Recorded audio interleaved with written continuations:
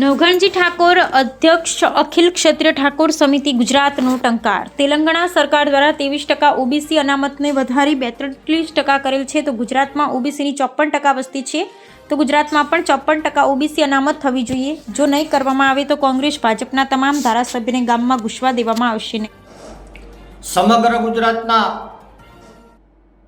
OBC સમાજને મારા નવઘણજી ઠાકોરના પ્રણામ અને વંદન. ગઈકાલે ભારત દેશમાં તેલંગાણા રાજ્યની અંદર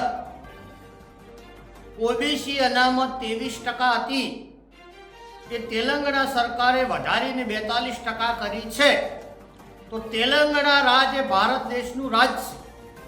તેલંગાણાની પેટર્ન મુજબ ગુજરાતમાં ઓબીસી સમાજની 54% વસ્તી છે તો ગુજરાતમાં પણ ઓબીસી સમાજની 54% અનામત થવી જોઈએ. અનામત વધારવી કે ઘટાડવી એ સંપૂર્ણ પાવર રાજ્ય સરકારનો છે.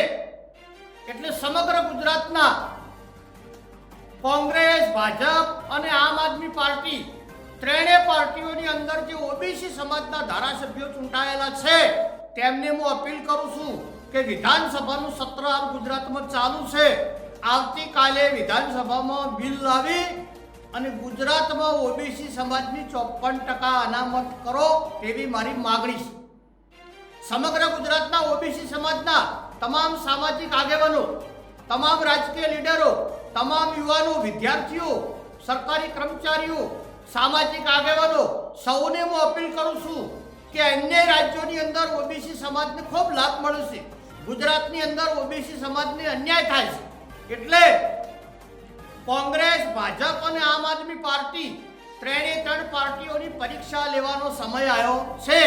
આ ત્રણ પાર્ટીઓ વાળા વાતો કરે છે કે અમે ઓબીસી સમાજના સમર્થક છો, ઓબીસી સમાજના હિતની વાત કરો છો. જો એ આપણી ઓબીસી સમાજનું હિત ચાહતા હોય, એ ઓબીસી સમાજનો વિકાસ કરવાની તેમની ભાવના હોય, ઓબીસી સમાજની પ્રગતિ કરવાની તેમની ભાવના હોય તો વિધાનસભામાં 54% ઓબીસીનું બિલ લાવી અને ગુજરાતમાં ઓબીસીને 54% અનામત મળે તેવી માગણી કરો. અને તે લોકો મીઠી મીઠી વાતો કરીને તમને બનાવે, ફોહલાવે તો ચોખ્ખા શબ્દે ગુજરાતીમાં કહી દો કે ગઈકાલે તેલંગાણા રાજ્યની અંદર ઓબીસી સમાજની 23% અનામત હતી. એ તેલંગાણા સરકારે વધારીને 42% કરી છે. તો તેલંગાણાની સિસ્ટમ મુજબ, તેલંગાણાની પેટર્ન મુજબ ગુજરાતમાં ઓબીસીની 54% વસ્તી છે તો ગુજરાતમાં પણ ઓબીસીની 54% અનામત મળવી જોઈએ. આ સમય આવ્યો છે ઓબીસી સમાજને જાગૃત થવાનો. કોંગ્રેસ, ભાજપ, આમ આદમી પાર્ટી અને સામાજિક લીડરોની ગુલામી છોડો. તમારા આવનારા ભાવિ પેઢી માટે, તમારા બાળક માટે, તમારા દીકરા દીકરીઓ માટે જાગૃત બનો. અને ગુજરાતમાં ઓબીસીની 54% વસ્તી છે તો તેલંગાણા મુજબ ગુજરાતમાં પણ ઓબીસીની 54% અનામત મળવી જોઈએ તેવી માગણી બુલંદ કરો. ઘર દીઠ, ગામે ગામથી વિડિયા બનાવીને સરકારને અપીલ કરો. અને ટેસ્ટિંગ કરવાનો ટાઈમ આવ્યો છે.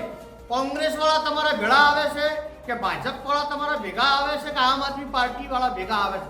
જે પાર્ટી ઓબીસી સમાજ માટે વિધાનસભામાં બિલ લાવે એ જ પાર્ટીને અભિનંદન આલો. અને જે પાર્ટી તમને મીઠી મીઠી વાતો કરીને ફોહલાવે એને ગામમાં ઘૂસવા દેશો મત. જાગૃત બનો, શિક્ષિત બનો અને તમારા હક અને અધિકાર માટે લડો તેવી હું વિનંતી કરું છું. આપ સૌને મારા નવઘણજી ઠાકોરના પ્રણામ અને વંદન. સમય આવ્યો છે, જાગૃત બનો, અવાજ ઉઠાવો. જો હવે નહીં બોલો તો તમારી ઓબીસી સમાજનું ધન પતન નીકળી જશે, તમારી ભાવિ પેઢીને નુકસાન થશે. અન્ય રાજ્યોની અંદર ઓબીસીમાં અનામત વધે તો ગુજરાતમાં 54% આપણી વસ્તી છે, 54% અનામત મળવી જોઈએ, મળવી જોઈએ, મળવી જોઈએ તેવા દૃઢ સંકલ્પ સાથે આપ સૌ આ અવાજમાં ગપેથી ગપ્પા મિલાવો મને સાથ આલો. સૌને જય જય ગરવી ગુજરાત.